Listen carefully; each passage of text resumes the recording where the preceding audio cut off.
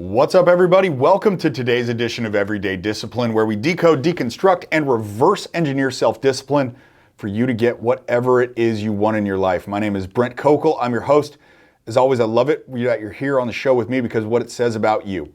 You want something different in your life. You want a transformation. You want something better, and you recognize that, well, you got to go get it someplace, and the only place that you're going to be able to get it is from inside of you, which is the creation of self-discipline. So often we're looking for silver bullets. We're looking for somebody else to step in and save us. There's only one Savior, and that's Jesus. So we got to save ourselves from the problems that we've got. And self-discipline is the way that you can go about doing that. So it's awesome that you're here on the show with me today. I really appreciate it because, well, there's a lot of stuff going on in everybody's life. We live in a very chaotic, abundant world right now. And you finding time to listen to this episode, well, I just think that is absolutely awesome.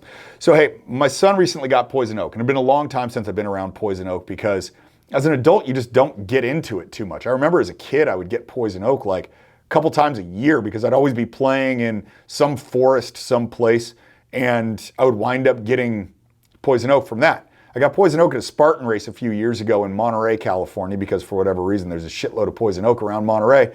And it sucks. It sucks bad. Excuse me.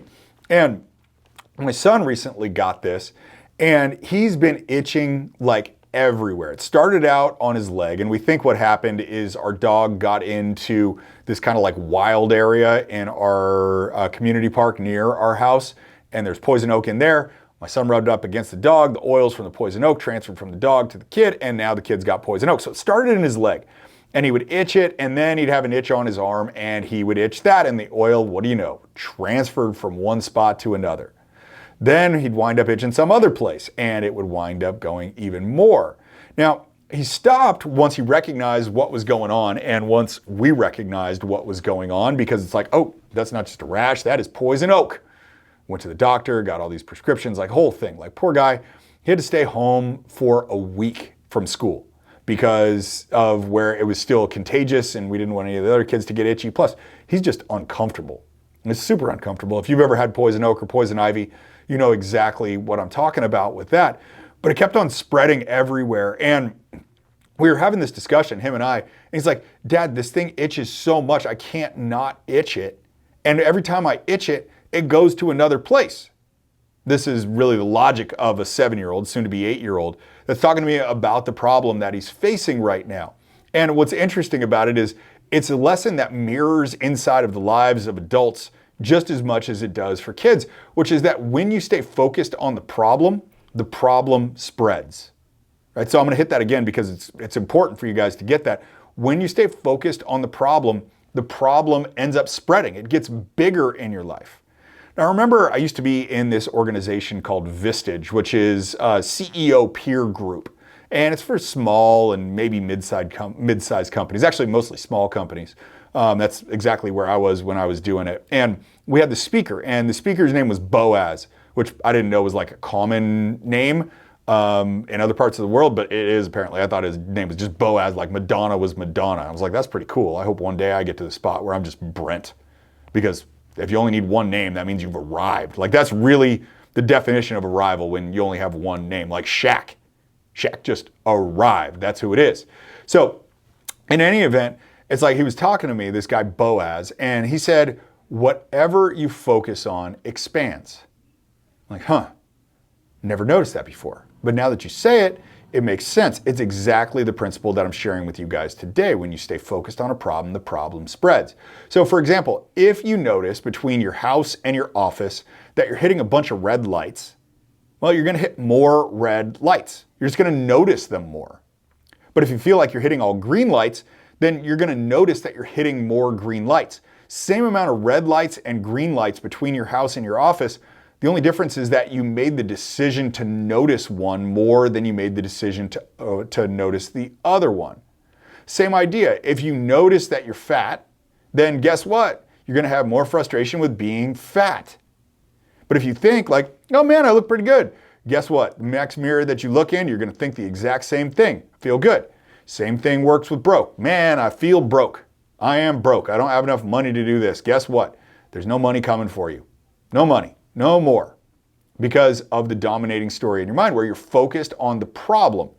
And because you're focused on the problem of hitting all red lights, of being fat, of being broke, of having everybody hate you, or your house being chaos, like whatever it is, it doesn't make a difference what it is, that problem is going to spread.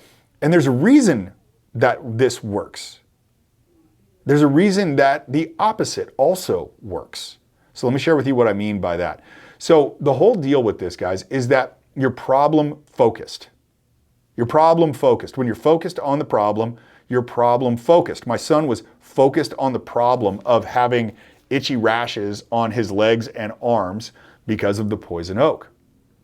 What you're not is you're not solution focused. I wasn't solution focused for a really long time. I was problem focused. Now, the thing that I recognize and the thing I want you to recognize is that the problems are going to be there, right? You don't have to do anything about that. There's no reason to stay focused on them. The problems will still show up tomorrow. You don't even have to try. They don't require attention because you've already got them. There's nothing you need to do to go get problems. Like, have you ever been in the situation or heard anybody in the situation ever that says, listen, I'm really looking to go find some problems today. If I can go find me like 4 or 5 really, really good things to solve, that would be great. I need more problems. No, people don't do that. That's not what anything is about. And so really what this comes down to is that the solutions are where you need to give your focus to, because those are the things you don't have yet. We've got to look outside of ourselves for the solution, because the solution is out there somewhere. This problem is solved already. You just need to figure out what it was that ultimately solved the problem. Now, that also shifts your mindset into critical thinking versus just being critical. Notice that. You've got to be able to critically think about where you are in order to find the solution. Because otherwise, we're just going to be critical. We're going to be critical about the red lights, critical about being fat, critical about being broke, critical about our children, critical about whatever, right? I mean, we're just critical in that space versus critical thinking, which is how do I get to a better place from the place that I am in right now? The solution needs to be worked out, and that's going to require you to think. So if you're somebody that doesn't like to think, I'm sorry, you will be stuck. You've got to critically think to wind up getting out of this. So I used to focus all the time on our problem of not closing enough prospects, right? That was really the problem that I saw in my business, which is like, hey, we're getting these guys on the phone, we're getting a bunch of applications for the program, but we're not closing enough of them. This is a massive problem. And so what I would do is I would look at the data forever. I would listen to phone calls forever from the sales team, from myself, because we had to struggle, like everybody was struggling to close at the time. I was trying to figure out what it is that was going on. I would go back through every single stage of even the prospecting process. I would look at our ads. I would look at the copy. I would look at the headline. I would look at the creative, which was either an image or a video. I'd look at that, and then I'd look at the landing page and see what was going on with that. Then I'd look at the video that was designed to get people interested in the program. It's like, what's going on with that? Then I'd look at the applications. And again, like I mentioned, I would listen back to all the sales calls. I'd look at all the sales data. All of my thinking was dedicated on the problem. That was all I did. I would be obsessed just thinking about the problem. I was not solution focused. I was problem focused, looking on trying to find the root cause of the problem versus the simple shift into thinking about the solutions.